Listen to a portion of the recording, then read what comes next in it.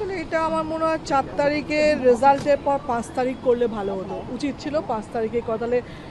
তাহলে অন্তত মমতা ব্যানার্জির পলিটিক্যাল ক্যারিয়ারে এরকম অবস্থা হতো না। দেখো, হার জিত তো আছে, যে কোনো দলই হারতে পারে, জিততে পারে, কিন্তু বাদবাকি দল যে টুকরো টুকরো টুকরো টুকরো হয়ে গেল, দিদির মতো একটা নেত্রীর দল, সেটা খুব দুঃখজনক। কিন্তু এই ডিসিশনটা আমার মনে হয় অভিষেকের 5 তারিখে নিলে ভালো হতো, যেটা এতদিন অনেক লেটে নিল। আমতলার যে পার্টি অফিস সেটা ভাঙার পর অভিষেক বন্দ্যোপাধ্যায় বলছেন এটা হচ্ছে রাজনৈতিক একটা প্রতিহিংসা করা হচ্ছে। বুলডোজার কালচারও আমি সাপোর্ট করি না, কারণ একটা পার্টি অফিস মানে এতগুলো লোকের যোগাযোগের কেন্দ্র, এবং সেটা যদি এই অবস্থায় ভাঙা ভাঙা সিস্টেম হয় বা আগুন লাগানোর সিস্টেম হয়, তাহলে এই প্রতিশোধ নেওয়ার রাজনীতি তো কন্টিনিউ করবেই। যেমন র্যাগিং হয় না, একটার পর একটা পরের জেনারেশন করে, তো সেটা আমার মনে হয় না খুব ঠিক। দিদি, আপনারা 21শে জুলাই নিয়ে কি ভাবছেন, কোথায় থাকবেন? আমাদের তো দিল্লিতেই থাকা, কারণ 20 তারিখ থেকে সেশন শুরু। তো দেখা যাক, আজকে আমাদের মিটিং আছে, মিটিংয়ের পর আমরা ডিসাইড করবো কী হবে। ডেরেক ওব্রায়েন বলছেন যে এটা একটা প্রতিহিংসা করা হচ্ছে, কারণ স্পিকার বলছেন তৃণমূলের সাংসদ, আবার আরও একজন যিনি বিজেপির সাংসদ তিনি আবার বৈঠক করছেন। কি হচ্ছে? তৃণমূলের সাংসদ বৈঠক করছে মানে? অন্যদিকে বিজেপির সাংসদ তারা ওই এনসিপিআই এর সঙ্গে বৈঠক করছে, আবার স্পিকার বলছেন তারা তৃণমূলের সাংসদ। কাজে এটা একটা কোথাও গিয়ে অনেকদিন ওরা তৃণমূলে অভ্যস্ত হয়ে গেছে বলে বোধহয় কনফিউশন হচ্ছে, হয় না, যে অনেক দিন ধরে একটা দলকে সেই নামে ডাকা, সেইভাবে ডাকা, হয়তো সেই কারণে কিছু কনফিউশন হচ্ছে। যদি শেষ প্রশ্ন, আজকে যে বৈঠক সেটার মূল লক্ষ্য কি আছে, মানে মূলত কোন বিষয়গুলোর উপর নজর দেবে? না, একটা হচ্ছে আমাদের অফিসিয়াল অনেক কাজ আছে, যেগুলো আনঅফিসিয়ালি কথাবার্তা হয়েছে সেগুলো অফিসিয়ালি নোট করা, এবং রুলস হিসেবে যেগুলো, এবং স্পিকারের ইনস্ট্রাকশনে কি কি চাই স্পিকারের লিখিতভাবে, সেগুলো আমরা করে নেব।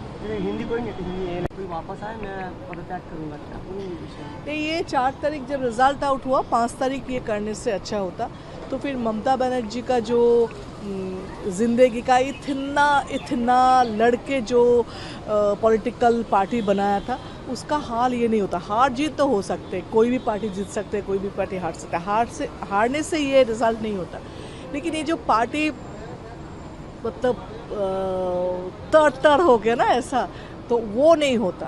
अगर अभिषेक बनर्जी ये डिसीजन 5 तारीख लेते, मुझे लगता है ये बहुत लेट हो गया।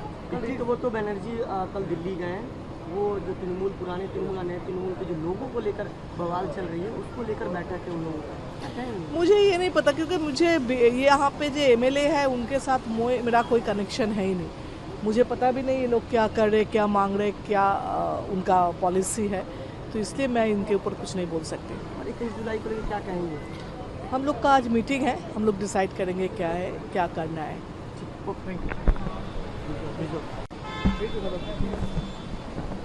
আমি সঠিক, আমি সঠিক।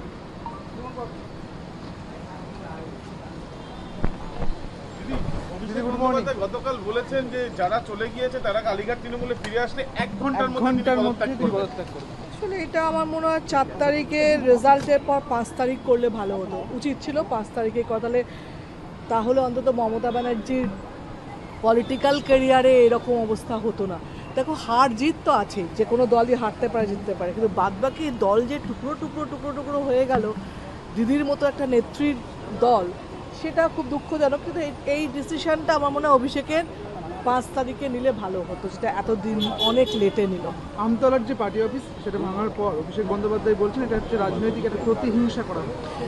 বুলডোজার কালচারও আমি সাপোর্ট করি না, কারণ একটা পার্টি অফিস মানে এতগুলো লোকের যোগাযোগের কেন্দ্র, এবং সেটা যদি এই অবস্থায় ভাঙা ভাঙা সিস্টেম হয় বা আগুন লাগানোর সিস্টেম হয়, তাহলে এই প্রতিশোধ নেওয়ার রাজনীতি তো কন্টিনিউ করবেই। যেমন র্যাগিং হয় না, একটার পর একটা পরের জেনারেশন করে, তো সেটা আমার মনে হয় না খুব ঠিক। দিদি, আপনারা 21শে জুলাই নিয়ে কি ভাবছেন, কোথায় থাকবেন? আমাদের তো দিল্লিতেই থাকা, কারণ 20 তারিখ থেকে সেশন শুরু। তো দেখা যাক, আজকে আমাদের মিটিং আছে, মিটিংয়ের পর আমরা ডিসাইড করবো কী হবে। ডেরেক ওব্রায়েন বলছেন যে এটা একটা প্রতিহিংসা করা হচ্ছে, কারণ স্পিকার বলছেন তৃণমূলের সাংসদ, আবার আরও একজন যিনি বিজেপির সাংসদ তিনি আবার বৈঠক করছেন। কি হচ্ছে? তৃণমূলের সাংসদ বৈঠক করছে মানে? অন্যদিকে বিজেপির সাংসদ তারা ওই এনসিপিআই এর সঙ্গে বৈঠক করছে, আবার স্পিকার বলছেন তারা তৃণমূলের সাংসদ। কাজে এটা একটা কোথাও গিয়ে অনেকদিন ওরা তৃণমূলে অভ্যস্ত হয়ে গেছে বলে বোধহয় কনফিউশন হচ্ছে, হয় না, যে অনেক দিন ধরে একটা দলকে সেই নামে ডাকা, সেইভাবে ডাকা, হয়তো সেই কারণে কিছু কনফিউশন হচ্ছে। যদি শেষ প্রশ্ন, আজকে যে বৈঠক সেটার মূল লক্ষ্য কি আছে, মানে মূলত কোন বিষয়গুলোর উপর নজর দেবে? না, এক তো হচ্ছে আমাদের অফিসিয়াল অনেক কাজ আছে, যেগুলো আনঅফিসিয়ালি কথাবার্তা হয়েছে সেগুলো অফিসিয়ালি নোট করা এবং রুলস হিসেবে যেগুলো, এবং স্পিকারের ইনস্ট্রাকশনে কি কি চাই স্পিকারের লিখিতভাবে সেগুলো আমরা করে নেব। ये हिंदी कोई नहीं, हिंदी ये कोई वापस आए मैं पदत्याग करूंगा क्या कोई विषय नहीं। तो ये 4 तारीख जब रिज़ल्ट आउट हुआ, 5 तारीख ये करने से अच्छा होता। तो फिर ममता बनर्जी का जो ज़िंदगी का इतना लड़के जो पॉलिटिकल पार्टी बनाया था, उसका हाल ये नहीं होता। हार जीत तो हो सकते, कोई भी पार्टी जीत सकते, कोई भी पार्टी हार सकता है। हारने से ये रिज़ल्ट नहीं होता। लेकिन ये जो पार्टी मतलब तर हो गया ना ऐसा, तो वो नहीं होता।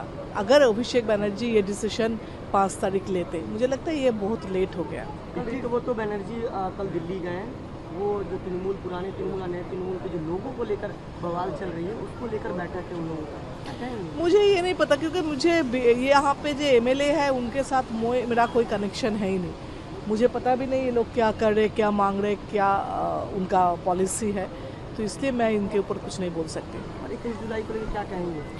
हम लोग का आज मीटिंग है, हम लोग डिसाइड करेंगे क्या है, क्या करना है।